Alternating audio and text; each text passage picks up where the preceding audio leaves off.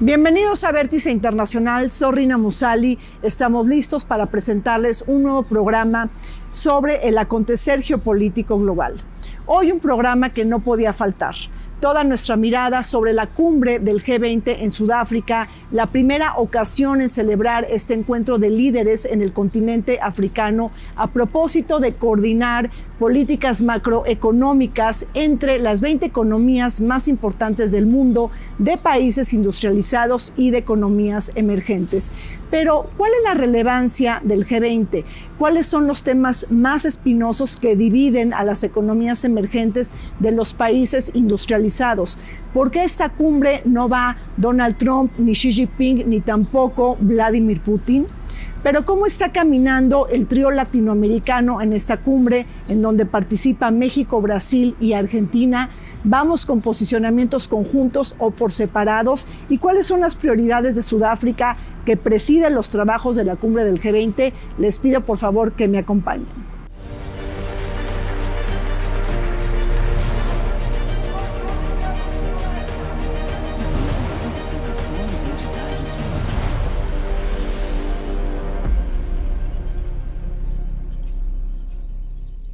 La cumbre G20 en Sudáfrica pone por delante las prioridades del sur global en el debate económico internacional. Es la primera vez que el continente africano abriga este encuentro entre líderes de las potencias industrializadas y economías emergentes más importantes del mundo, a propósito de coordinar políticas macroeconómicas que impulsen un orden más justo, estable y eficiente.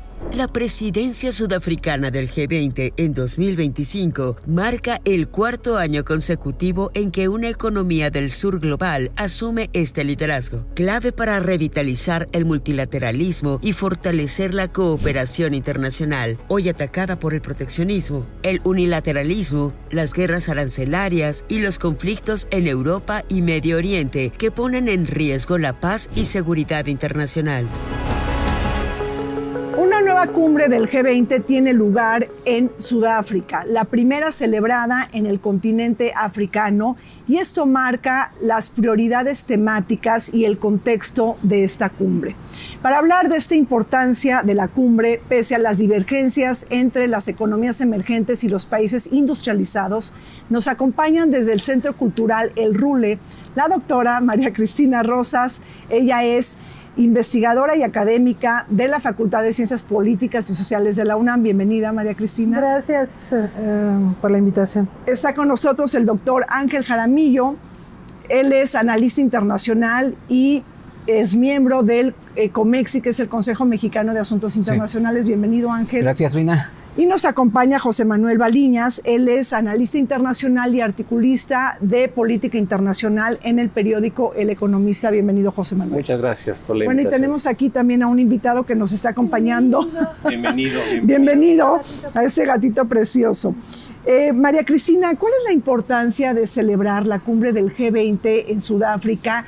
Y de entrada, ¿qué mensaje geopolítico nos da este simple hecho? Bien. Bueno, primero, ya lo decías en la introducción, es la primera cumbre del G20 en un país africano. África ha sido marginada generalmente de los grandes debates de la política mundial, en fin, y eso le confiere una importancia muy clara. El G20, nosotros recordamos que nace en el 99, pues por el agotamiento que muestran las economías más desarrolladas en la conducción de los asuntos globales. Es ahí cuando se decide incorporar a otra serie de países que tienen relevancia en la economía mundial, países emergentes en su mayoría, y se institucionaliza a partir de 2008 que cada año haya una cumbre de líderes. Esta cumbre de líderes, en particular la de 2025, va a tener varias ausencias. Como paréntesis, yo marcaría que hemos visto ausencias en muchas cumbres este año, ¿sí? Hay líderes que no sé si ya cayeron en la cuenta de que tenemos una cumbritis, hay demasiadas reuniones y hay una cierta fatiga hacia las cumbres. Pero estas cumbres son importantes porque te permite tener reuniones bilaterales con socios estratégicos con los que quieres ventilar ciertas agendas y con los que normalmente no te reunirías, ¿no? Entonces, las reuniones bilaterales dentro de los 20 son importantes. Esta cumbre es particular, no va a asistir Donald Trump y Estados Unidos va a presidir al G20 el próximo año, esa es una extrañeza, pero tampoco va a ir Xi Jinping. Y Xi Jinping ha sido un partidario del multilateralismo, lo hemos visto participando en varios foros, en esta ocasión no va a estar presente, creo que son dos ausencias sensibles. Evidentemente el ambiente internacional es tenso, no solo por los conflictos de Ucrania, lo que está pasando en Medio Oriente, en Gaza, sino también por la guerra arancelaria de Trump, y muchos esperarían en esta cumbre del G20 hablar con Trump y tratar de negociar el tema arancelario, porque además de conflictos bélicos como tales, tenemos una guerra comercial que le está haciendo mucho daño al mundo y que está inhibiendo el crecimiento de la economía global. Entonces, esos, digamos, son los parámetros para esta cumbre, una cumbre difícil, porque además Cyril Ramaphosa, el anfitrión, estuvo hace meses en la Casa Blanca y le llovió. Sí, eso también vamos a platicar. A ver, José Manuel, entonces, bueno, tenemos una cumbre, yo diría, completamente desangelada, sin Trump, sin Xi Jinping, sin Putin. Y bueno, sobre todo es una cumbre con estas ausencias que nos dan grandes mensajes políticos, pero perdemos los ciudadanos del mundo si no tenemos a los jefes de Estado y a los presidentes que toman decisiones, es decir, si no tenemos el eje del poder real activándose, ¿perdemos los ciudadanos ante ello? Definitivamente, o sea, sería muchísimo mejor tener una cumbre en la que fueran todos los jefes de Estado.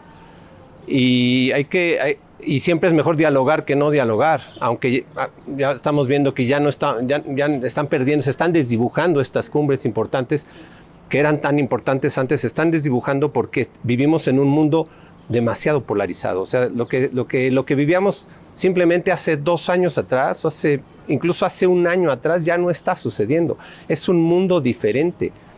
Y cada vez la polarización se agranda al interior de las naciones, como sabemos perfectamente en Estados Unidos, lo podemos ver incluso en México, lo vemos en España, lo vemos en Europa, en tantos países, y esta misma polarización también se está agrandando entre naciones, ¿no? Entonces ahorita lo que está pasando es, tiene la presidencia una nación que no ha condenado abiertamente la invasión rusa a Ucrania, una nación que le da cabida a Vladimir Putin, ¿no? Aunque no va a ir porque hay una orden de arresto en su contra.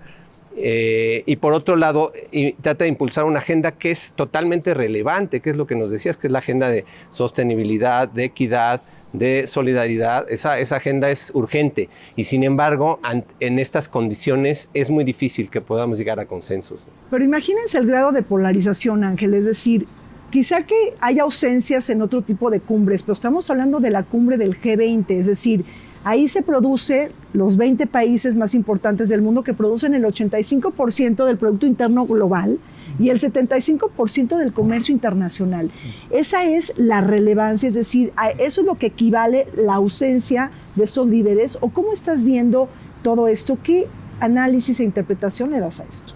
Bueno, yo la interpretación que le doy es, y estoy de acuerdo contigo, que hay una gran polarización política. Desde mi punto de vista, esta polarización no es de hoy, se remonta, yo creo que a principios del siglo XXI, tiene que ver con la crisis de la democracia liberal en todo el mundo, tiene que ver con la crisis del liberalismo como una opción política, y luego con la emergencia de lo que se podría considerar los populismos del siglo XXI, ¿no? En su rama de izquierda y en su rama de derecha, ¿no? Para mí, digamos, el líder fundamental del populismo de derecha, en mi consideración, es Rusia, Moscú, que lleva tiempo ya, digamos, exportando una serie de ideas antiliberales, antidemocráticas a Europa del Este. Creo que no se entiende Europa del Este y Europa en general, la derecha europea no se entiende si no tomamos en cuenta el liderazgo de Putin, ¿no? Por otro lado, hay un populismo de izquierda que para mí viene más bien de la izquierda latinoamericana. Es interesante saber que, por ejemplo, en 1999, Putin y Chávez llegan al mismo tiempo al gobierno, ¿no? 1999 me parece a mí un año axial, y en mi consideración ahí comienza realmente el siglo XXI. No sé si estos temas vayan a ser tocados, no creo, porque es más bien el contexto que tú decías, el contexto de polarización en el que se lleva a cabo la cumbre de Johannesburgo, ¿no? Ahora, María Cristina, es una apuesta arriesgada la de Trump no asistir a la cumbre, sobre todo porque va a presidir los trabajos de la cumbre del G20 en el 2026. Es decir, ¿qué está pensando Trump en ese sentido? Trump considera que Estados Unidos no necesita el mundo para prosperar y para poder decidir sus prioridades internacionales. Trump ha despotricado contra el multilateralismo, Trump ha intimidado a diversos líderes mundiales.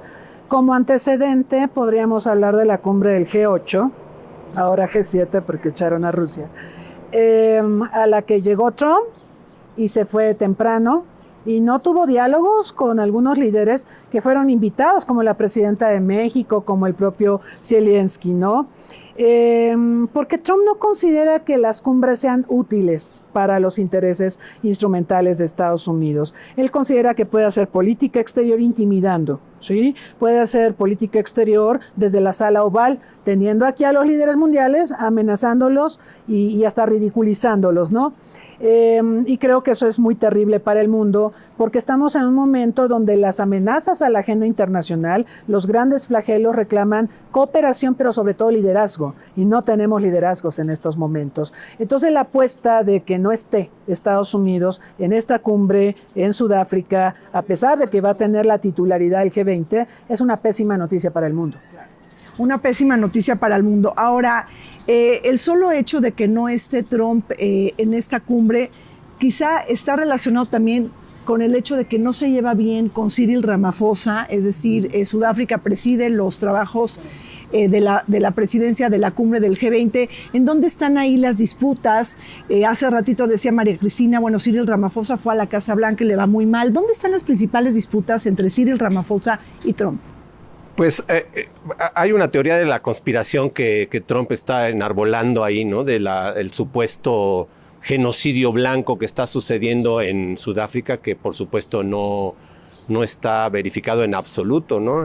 Hay un tema así de un cambio de ley en Sudáfrica que impulsó Cyril Ramaphosa, que permite expropiar terrenos, pero no ha habido ni un solo caso en que haya sucedido esto, ¿no? Entonces este supuesto genocidio blanco pues es una más de las teorías de la conspiración que de repente surgen en las redes, pero también en la Casa Blanca, ¿no? Y bueno, también es cierto que en esta dicotomía que hablábamos, ¿no? De esta polarización que hay al interior de las naciones y también entre las naciones, en donde se ubica Sudáfrica, se ubicaría pues en la izquierda, si no es que en la extrema izquierda, más o menos, y definitivamente con Donald Trump, Estados Unidos en estos momentos se está en el terreno de la extrema derecha. Entonces están en una cuestión bastante irreconciliable. Hay que recordar que Marco Rubio al inicio del año no quiso ir a una de las reuniones de ministros de Exteriores, sí, diciendo que no iba a consentir llegar a un lugar donde haya una agenda antiestadounidense, ¿no? Entonces, esta división está también al interior del G20. No viajar a ningún lugar, entonces. Ahora, ¿tú piensas, Ángel, que el centro de disputa también está porque Sudáfrica es país de los BRICS, es decir, es un país muy cercano a Rusia y a China, y eso, de alguna manera, Putin no lo lee en términos de alianzas, por así decirlo? Yo siento que en el caso de Trump, para regresar a Trump porque me parece muy importante, y aquí vemos la importancia de la política doméstica en la política internacional. En mi lectura, por ejemplo, el líder chino en parte no va a ir porque no va a ir Trump. Es decir, el Xi Jinping se dio cuenta que no iba Trump y él anuncia después que él tampoco va. Entonces, nos damos cuenta de cómo las decisiones que toma el presidente de Estados Unidos afectan también las decisiones de otros líderes mundiales. Y bueno, en el caso de Estados Unidos, como ya bien se mencionó, tiene que ver con una cuestión de la política interna de Trump, ¿no? él ha comprado una serie de teorías de la conspiración que vienen de la derecha, pero una derecha muy radical dentro de su propio país, que ya lleva tiempo hablando de la supremacía blanca, ¿no?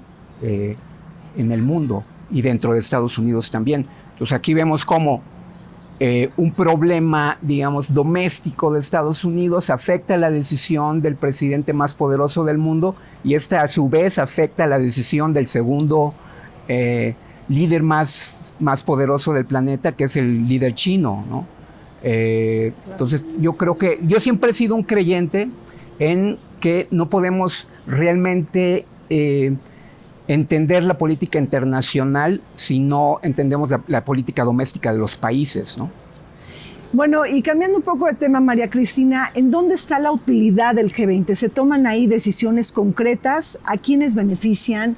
Y platiquemos esto de la relevancia o de la irrelevancia del G20. ¿Cómo estás viendo esto? Mira, el G20, como comentábamos, surge en el 99. Yo sostengo que su aparición tiene que ver mucho con el agotamiento del G7, G8 y otra vez G7, que reúne a las economías capitalistas más avanzadas del mundo, pero que son insuficientes para la gobernanza global.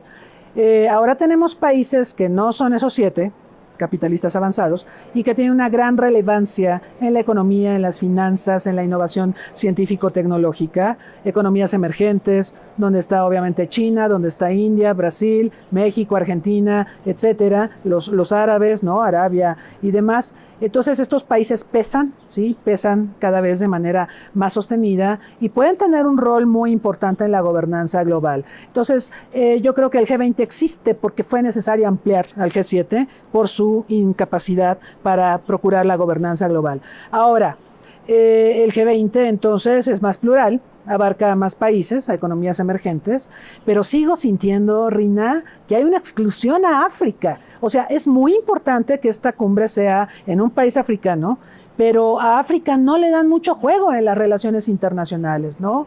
Y a mí me preocupa y me da tristeza que ahora, siendo el anfitrión, no estén 2 de los líderes, bueno, 3 de los líderes mundiales más importantes asistiendo, porque esto pues le pega obviamente al rol y al juego que África, el continente, debería de tener, y por supuesto a Sudáfrica. Sudáfrica, su primer socio comercial es China. O sea, le duele muchísimo a Sudáfrica saber que Xi Jinping no va. José Manuel. Sí, definitivamente. No sabemos bien las razones por las que no va Xi Jinping. Es muy probable que sí, a raíz de que no va Donald Trump, ¿no? A raíz de que no va Donald Trump, que es la economía más importante, pues todo un poquito se achica, ¿no? Dentro de la importancia que tenía esta cumbre. Y sí, efectivamente, China está teniendo un papel importantísimo en muchos países y está teniendo, fíjate, estamos en mínimos del multilateralismo, creo que ahora, ¿no? Minilateralismo. Exactamente, el minilateralismo. Lamentablemente, porque como decía, siempre será mejor dialogar que no dialogar. Y ahorita hablábamos de dos extremos, ¿no? A lo mejor Sudáfrica en la izquierda, Estados Unidos en estos momentos con Trump era muy distinto cuando estábamos en otra época con Joe Biden, por ejemplo, que era un gobierno demócrata, pero ahorita con este partido republicano tan ultraderechista, en la medida en que nos alejemos de los extremos y nos aboquemos hacia el centro de las posiciones, vamos a poder dialogar mejor, pero no es lo que estamos viviendo. Ahorita justo estamos viviendo lo opuesto, lamentablemente. Y inclusive dentro del seno del G20 se refleja justo lo que está diciendo Juan Manuel, es decir, este multigrouping, Ángel, es decir, tenemos ahí al MICTA, ¿no? Y luego tenemos a los BRICS y luego tenemos al G7. Entonces son como múltiples grupos adentro del G20 y como que cada quien se lleva con sus grupos afines, ¿no? Sus países afines y no hay una mínima gobernanza mundial. Sí, me parece un poco inevitable que eso sea. Digamos que en el G20 sucede algo a nivel microcosmos de lo que sucede en la ONU, ¿no? En la ONU también, por ejemplo, en la Asamblea General se forman grupos, ¿no? Hay grupos ideológicos a favor de cierta causa, otros grupos que están en contra de esa causa.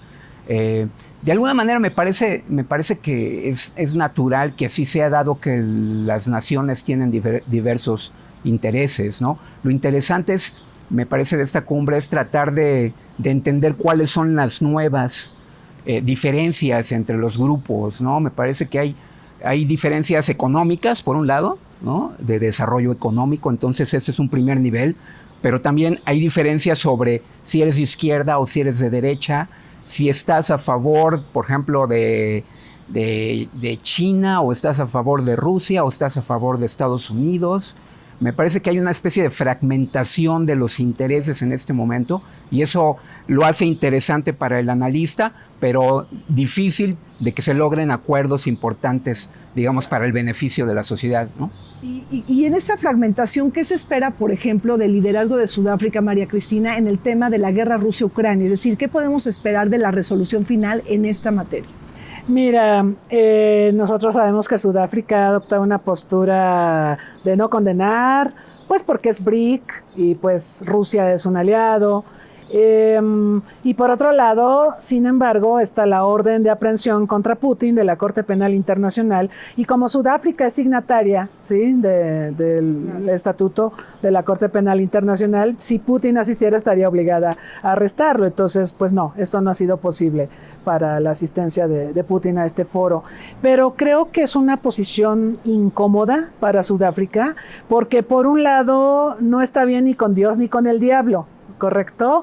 Entonces trata de maniobrar, pero por otro lado tiene encima la presión de Donald Trump y también de varios países del continente africano que consideran que Sudáfrica debería ser más asertiva en el tema de Ucrania, ¿no? Hay otros temas en el ambiente, como también la acusación contra Netanyahu, hablando de otra región, acusado por crímenes de guerra también ante la Corte Penal Internacional. Por Sudáfrica, ¿no? Armaron un caso fenomenal, muy bien armado. Pero la realidad es que creo que esto está confrontando más a Sudáfrica con Estados Unidos, que es el benefactor de Israel, ¿no? Y Estados Unidos, que quisiera más asertividad en el caso de Ucrania. Bueno, pues así es el G20, que ha sido un foro económico por excelencia, que busca evitar los shocks externos y los desbalances globales, pero que hoy está aminorado debido a las grandes divergencias geopolíticas entre las economías emergentes y los países industrializados. Hacemos un corte. El G20 es el principal foro de cooperación económica internacional que reúne a las mayores economías desarrolladas y emergentes del mundo. Nacido en 1999 tras la crisis financiera asiática y elevado al nivel de jefes de Estado en 2008, el grupo concentra alrededor del 85% del PIB global, el 75% del comercio y 2/3 de la población mundial, aunque carece de una secretaría permanente. Su influencia es decisiva en la definición de políticas macroeconómicas, financieras y de desarrollo sostenible. En un contexto de fragmentación geopolítica, crisis climática y desigualdad, el G20 representa uno de los pocos espacios donde potencias tradicionales y económicas emergentes aún dialogan para buscar soluciones multilaterales a los desafíos globales.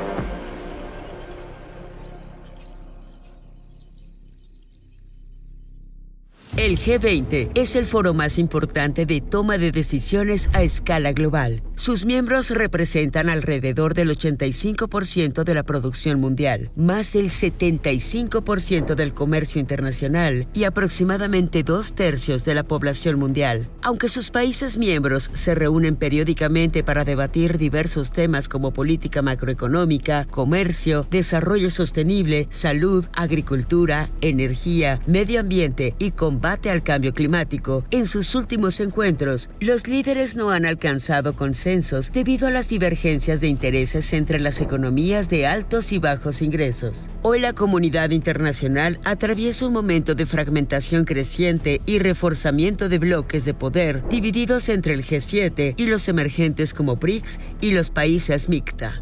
Todos ellos compiten para definir las reglas del juego global. Justamente en el G20 se reflejan todas estas tensiones, un mosaico multipolar en donde ningún país por sí solo puede imponer su hegemonía.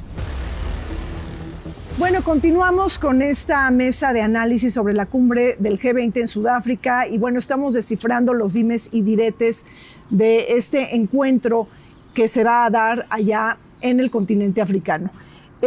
José Manuel, hablábamos hace ratito de la resolución final de la cumbre que está liderada por Sudáfrica, pero habrá un llamado para el mundo, sobre todo porque hay una tentación y una intención política tanto de Trump como de Putin de reanudar ensayos y pruebas nucleares. Es decir, puede hacer el G20 un llamado para evitar esta carrera armamentista nuclear y por qué sería importante hacerlo. Es decir, los asesores ahí buscarían poner un párrafo en la resolución final o qué piensas si vale la pena sería lo más deseable. Claro. Puede haber algo más riesgoso, más irresponsable, más peligroso para la humanidad que estar alardeando de hacer pruebas nucleares.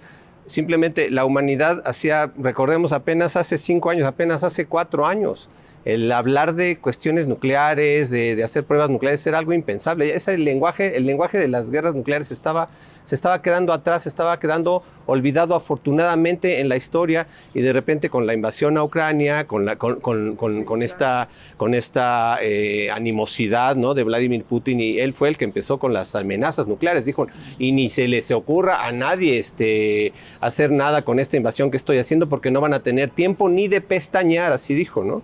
Esa era esa soberbia y esa amenaza nuclear, ¿no?, que pensábamos que estaba atrás en la historia, ¿no? Ahora viene Donald Trump y, bueno, la horma de su zapato, ¿no? Viene alguien también dispuesto a alardear, también dispuesto a tener esta gran soberbia, ¿no?, de decir, no, tú no vas a ser el número 1 nuclearmente, nadie va a ser más que Estados Unidos.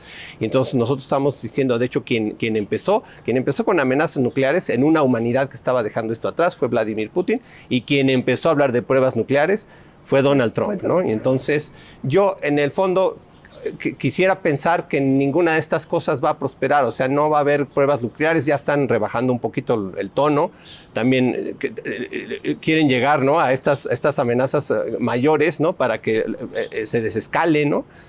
Quiero pensar que no va a haber pruebas nucleares, quiero pensar que eventualmente volveremos a un desarme nuclear, pero volvemos otra vez en estos momentos en que estamos en mínimos del multilateralismo y en máximos de la polarización. Incluso este lenguaje tan riesgoso, tan peligroso nuclear ha vuelto. Ojalá que sí el G20 tenga una proclama al respecto. Claro. Yo creo, Rina, colegas, que Sudáfrica tiene mucha autoridad moral en el tema nuclear, porque es el único país que tuvo armas nucleares y se deshizo de ellas. Es el único de todas las potencias. Tenemos actualmente 9 potencias nucleares, más Sudáfrica en los 80, que tenía 3, 4, 5 ojivas nucleares, las destruyó. Entonces, eso le da autoridad moral. Y por otro lado, coincido con lo que menciona el colega respecto a que se ha trivializado mucho el discurso pronuclear. O sea, sí, Putin ha dicho, y voy a usar armas nucleares, y voy a atacar Zaporilla, y voy a atacar centrales nucleares, que esa es otra arista de la amenaza nuclear. Atacar centrales nucleares, como hizo Trump en Irán con la central de Natanz, ¿no? Y también Trump ha violentado el lenguaje nuclear al decirle a Corea del Norte, solo verán caer fire and fury, fuego y furia. Y eso fue una amenaza nuclear en el lenguaje de Trump hacia Corea del Norte. Entonces hay una trivialización de la posibilidad de usar armas nucleares. Por eso el reloj del juicio final de los científicos de la ciencia nuclear han colocado el reloj a 89 segundos de la hecatombe nuclear. Estamos a 89 segundos de una catástrofe nuclear. Es real y creo que están dadas las condiciones para que Sudáfrica diga, señores, estamos ante un peligro inminente, vamos a generar un consenso. También no olviden, el próximo año en febrero vence el nuevo START y es muy importante que Rusia y Estados Unidos hagan un pronunciamiento para renovarlo, porque si no lo hacen, de aquí a que termine esta década va a crecer el arsenal nuclear de las dos potencias en un 30%. Entonces es toral hablar de ese tema. Por supuesto. Oye, Ángel, pues ya cumplió el G20 25 años de su creación y Y la pregunta es, bueno, pues, ¿qué reformas se necesitan al interior del G20 para hacerla más relevante? Y a mí me parece que lo que hay que ver hacia el futuro del G20, porque como se explicó hace unos minutos, el G20 realmente nació como una reacción internacional a la crisis asiática de 1997-1998, y luego en el 2008 hubo esta segunda reunión en donde ya se planteó la necesidad de que fueran líderes, jefes de Estado, jefes de gobierno, los que fueran, pero también fue una situación para componer un tema financiero. Después el G20 se ha movido a otros temas, por ejemplo el tema del medio ambiente, que es un tema fundamental, ¿no? Hablabas del tema nuclear, pero el tema del medio ambiente, el tema ecológico, una catástrofe nuclear podría acabar con la humanidad, pero también una catástrofe ecológica podría acabar con la humanidad, ¿no? Entonces, pero este tema sí ha sido un tema muy importante del G20. Quizás uno de los problemas que venga en el futuro cercano sea regresar a los orígenes del G20. Exacto, regresar a lo básico. Eso yo creo que lo va a plantear Trump en el 2026. Sí, a lo que yo me refería es a una posible crisis financiera por la inteligencia artificial, ¿no? Parece que se está creando una especie de burbuja financiera, es lo que dicen algunos analistas, como por ejemplo Michael Burry, ¿no? El que retrataron en esta película The Big Short. Él, que sabe mucho de estos temas, sí dice que hay una burbuja financiera que podría reventar y que sería la madre de todas las burbujas, porque tiene que ver con este gran desarrollo tecnológico que es la inteligencia artificial, pero aparentemente estamos repitiendo otra vez la historia, ¿no? Con los nuevos avances tecnológicos, no sabemos controlarlos y eso puede crear catástrofes financieras que puede afectar a todo el mundo, ¿no? Entonces el G20 me parece que tiene que seguir actuando, que seguir creciendo en su interés de los grandes temas contemporáneos, ¿no? Pero a ver, nos las pone de manera muy clara Ángel. Tenemos una burbuja financiera, digo, lo que señalan los principales autores, pero vamos a complejizar más el asunto, José Manuel. Vamos a meterle el problema de la crisis de la deuda externa, ¿no? De los países en desarrollo, ¿no? Y países que están representados en el G20. Entonces, bueno, un problema de insolvencia pudiera también tener un efecto contagio, generaría riesgos a la estabilidad financiera internacional. Y también, o sea, la pregunta es si la deuda externa será un tema toral dentro de esta cumbre del G20 en Sudáfrica. Definitivamente va a ser un tema toral porque es uno de los 3 puntos que está poniendo Sudáfrica para esta presidencia que tiene del G20. Y efectivamente el tema de la deuda externa de los países ya no es una cuestión coyuntural, sino está tomando tintes de cuestión sistémica y cuestión estructural. Y además no es nada más un tema de los países en desarrollo, sino también de los países desarrollados. Tenemos, por ejemplo, a un Japón que tiene 240% de su PIB de deuda, ¿no? Y tenemos a un Estados Unidos que pronto va a deber 33 billones, o sea, trillions o trillones de dólares. Y Francia es un país que se está volviendo ingobernable y en parte es porque tiene una deuda ante sí que cada vez es más intratable, ¿no? Impagable. No impagable porque para estos países no es impagable, por ejemplo Japón, estos países generan mucha riqueza y sin embargo están llegando a niveles en los que va a llegar a ser un punto en el que podemos entrar en un círculo vicioso y se podría si además hay una burbuja por la inteligencia artificial que ya mucha gente lo está diciendo, como bien dice Ángel, se podrían dar las condiciones de una tormenta perfecta. Espero que no lleguemos a eso. Definitivamente es uno de los puntos, el de la deuda, el que va a esgrimir Sudáfrica, pero vuelvo un poco más otra vez a la falta de consensos. Sería deseable que estuvieran todos los líderes, sería deseable que hablaran de este tema, y sin embargo no está ocurriendo. Inclusive hay otro tema, hablando de las prioridades temáticas, minerales críticos, está la ausencia de Trump, pero ese es un tema que de alguna manera puede entrecruzar la agenda del G20. Fíjate que también está la ausencia de China y el tema de las tierras raras, donde China es Juan Camaney. Sí, por supuesto. Y ese tema también ha figurado mucho en los planes de negociación de Trump con Ucrania. ¿Se acuerdan? Cómo empujaba a Zelensky y le decía, bueno, dame acceso y yo te doy apoyo, ¿no? Aquí es de me das, te doy. Sí, por supuesto, estamos en una era de tecnologías donde se requieren minerales críticos que son fundamentales para que funcione este tipo de avances tecnológicos.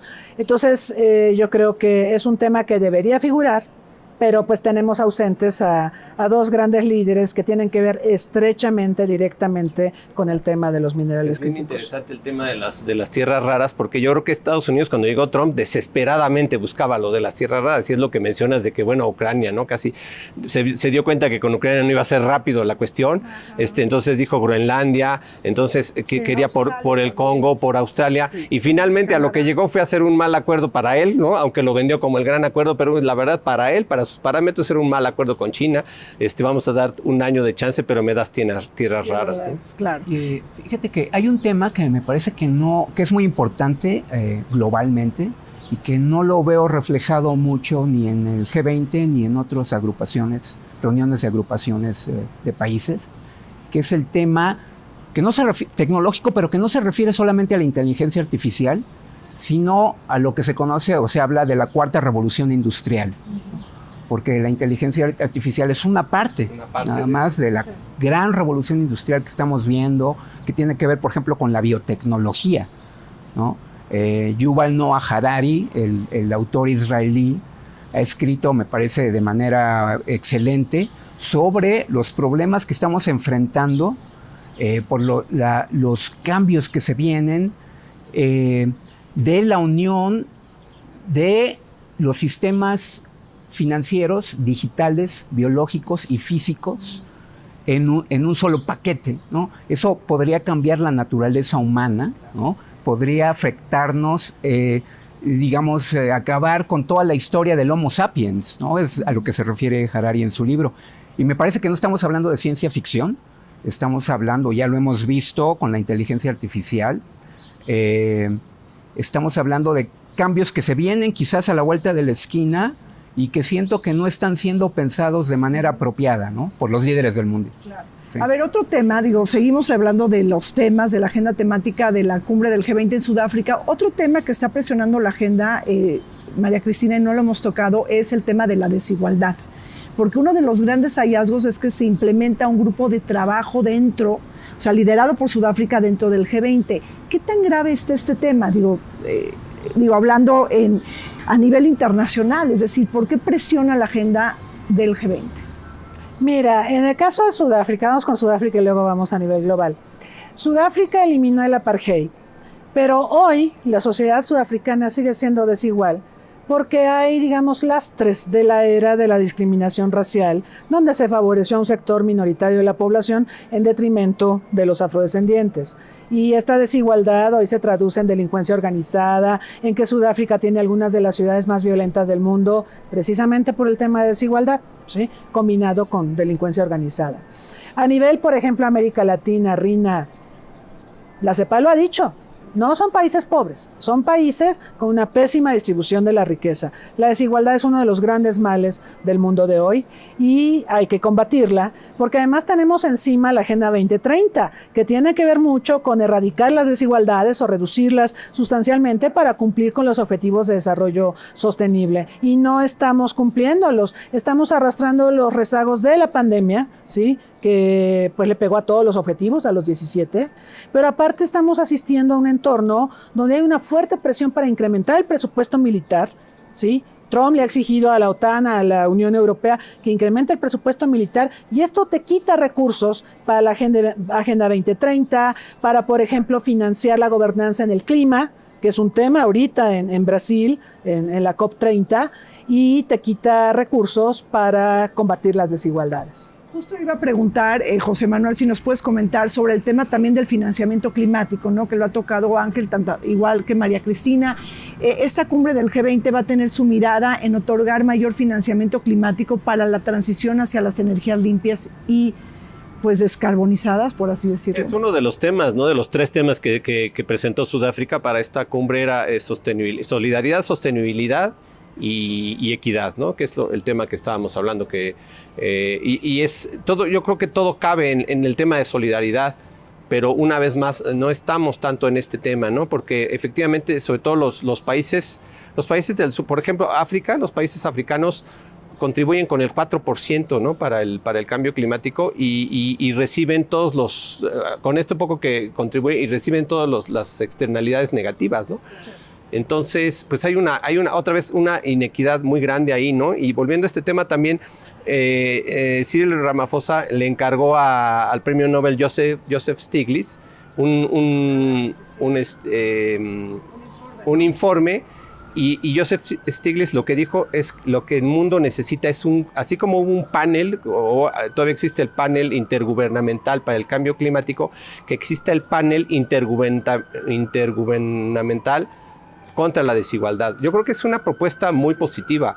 Sin embargo, yo creo que falta en muchos países. Vamos a empezar por Sudáfrica, que es el país más desigual del mundo según varias métricas. Falta también la otra parte, ¿no? Sí buscar que se baje la desigualdad. Falta también el desarrollo de las instituciones de muchos países, ¿no? Y las instituciones democráticas, las instituciones de transparencia, de Estado de Derecho. También falta avanzar en esa agenda, y de eso no se está hablando tanto, ¿no? Pues así es, traemos todo un declive histórico en materias de la cooperación multilateral, un ataque prácticamente a la cooperación multilateral, pero no olvidemos que el G20, pues su composición sigue siendo la más representativa, por así decirlo, del equilibrio geopolítico internacional. Hacemos un corte y volvemos en un momento. Por primera vez desde su creación, la cumbre del G20 se celebra en el continente africano bajo la presidencia de Sudáfrica. Este hecho tiene un profundo valor simbólico y político, pues ofrece una oportunidad histórica para situar las prioridades del sur global en el centro de la agenda internacional, con el lema Solidaridad, Igualdad y Sostenibilidad. Sudáfrica impulsa una agenda que busca atacar las raíces de desigualdad, fortalecer la resiliencia ante el cambio climático y movilizar financiamiento para una transición energética justa, inspirada en el principio africano de Ubuntu. Soy porque somos.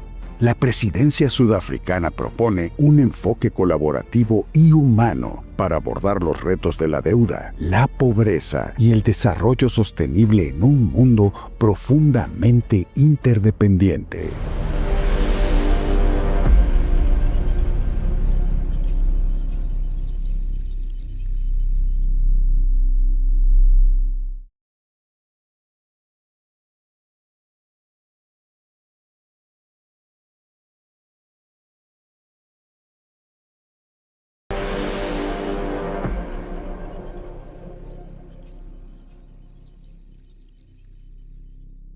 Con las tensiones geopolíticas en su punto más alto, desde la guerra entre Rusia y Ucrania hasta el conflicto Israel-Hamás y la competencia geopolítica entre China y Estados Unidos, el G20 llega a Sudáfrica dividido y sin capacidad de acción conjunta. Las potencias no logran consensos para coordinar políticas económicas, reactivar el crecimiento global ni frenar la evasión fiscal en la etapa post-COVID. El debate se concentra en los grandes desafíos del orden económico internacional: aliviar la deuda de los países más pobres, ampliar la financiación climática, aprovechar las nuevas tecnologías como la inteligencia artificial y aprovechar los minerales críticos sin repetir viejos patrones de dependencia y con un enfoque inclusivo. Precisamente en Sudáfrica se impulsará el uso de minerales críticos como motor de crecimiento y desarrollo en África.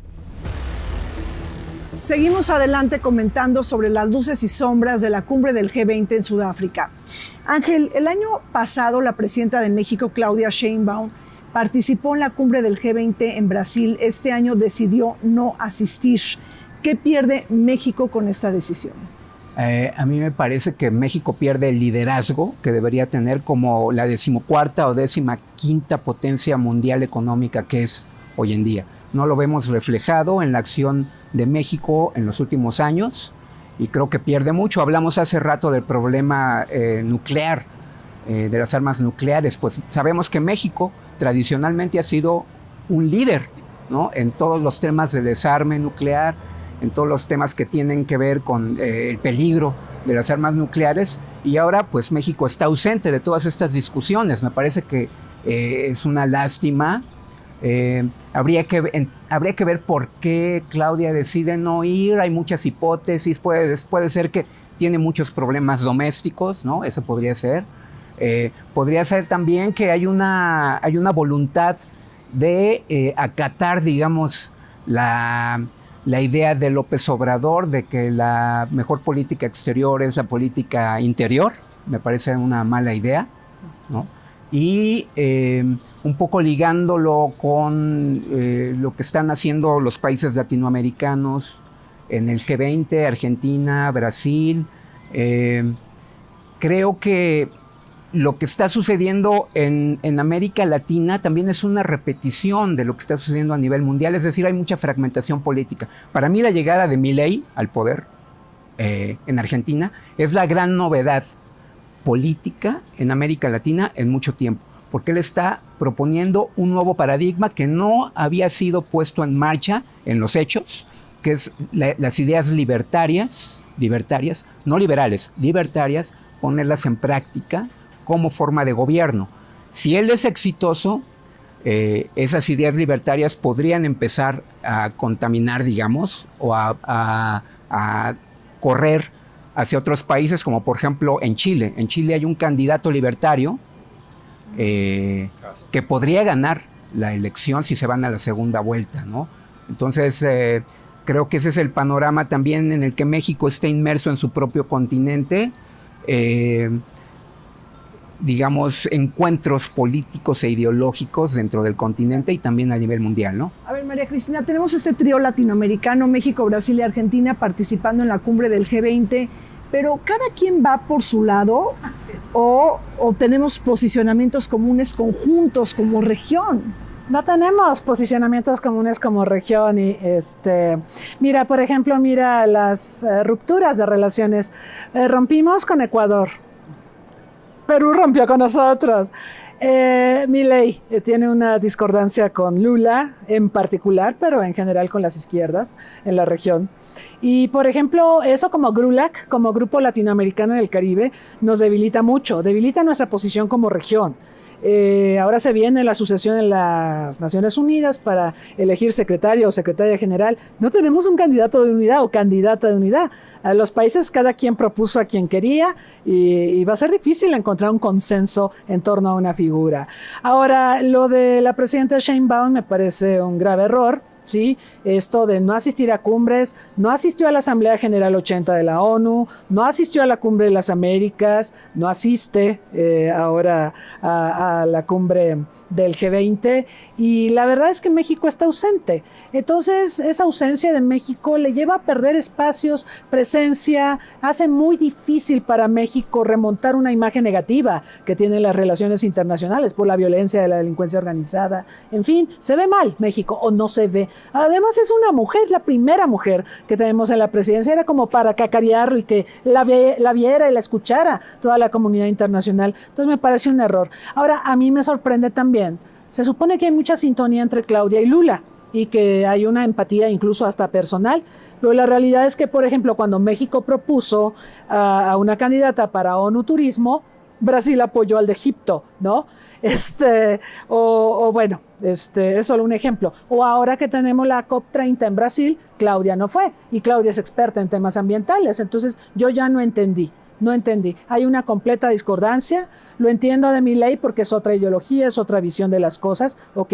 Pero el caso de México-Brasil no lo entiendo. Yo creo que es de las pocas ocasiones en donde políticamente están dadas las condiciones para que haya una gran sintonía entre México y Brasil y no se está dando. Entonces lo que está prevaleciendo es la rivalidad histórica. Claro, entre las la dos rivalidad naciones. Geopolítica, por supuesto. Se explica por un dogma, yo creo, ¿no? Se explica por un dogma, que es el dogma de que la política interior es la mejor política exterior. Es un dogma, es una idea fija, es una idea cristalizada, completamente errónea, que viene de del antecesor de la presidenta. México debería de tener esa influencia, ese liderazgo. Como dices tú, como dice María Cristina, es una mujer, ¿no? La primera mujer en presidenta en México, debería estar en primer lugar. Y bueno, si se va a tener en el otro dogma y se va a subir en aviones en clase turista, pues a lo mejor llega en 3 días, entonces pues mejor que no vaya, ¿no? O sea, hay un complejo de culpa, no sé qué es lo que opera ahí, ¿no? Pero sí es un dogma. Es un dogma.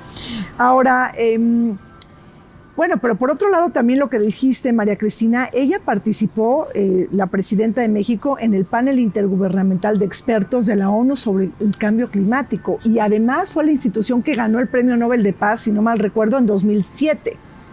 Entonces era una ocasión muy importante para que ella destaque con sus ideas para combatir el calentamiento global, desde la cumbre del G20. Pero ¿qué tal el miedo a confrontarse con Trump, que es un negacionista, ¿no? Y ahorita que tenemos una relación tan delicada con Estados Unidos por lo migratorio, por lo de las fronteras, por el narcotráfico, por lo del agua, ahora también lo del Tratado del 44 de Aguas, es otra pesadilla entre México y Estados Unidos. Entonces ella seguramente no querrá abordar un tema que la pueda confrontar con Trump en un momento tan delicado de la relación.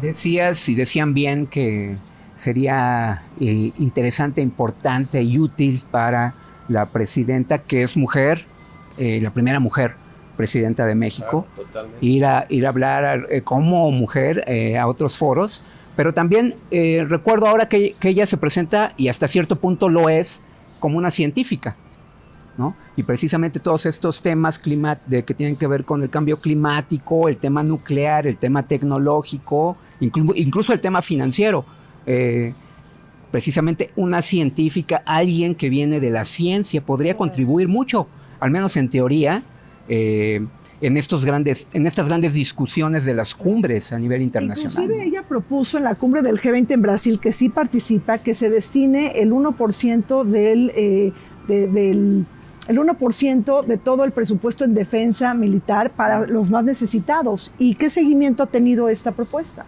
Hasta donde sé, ninguna.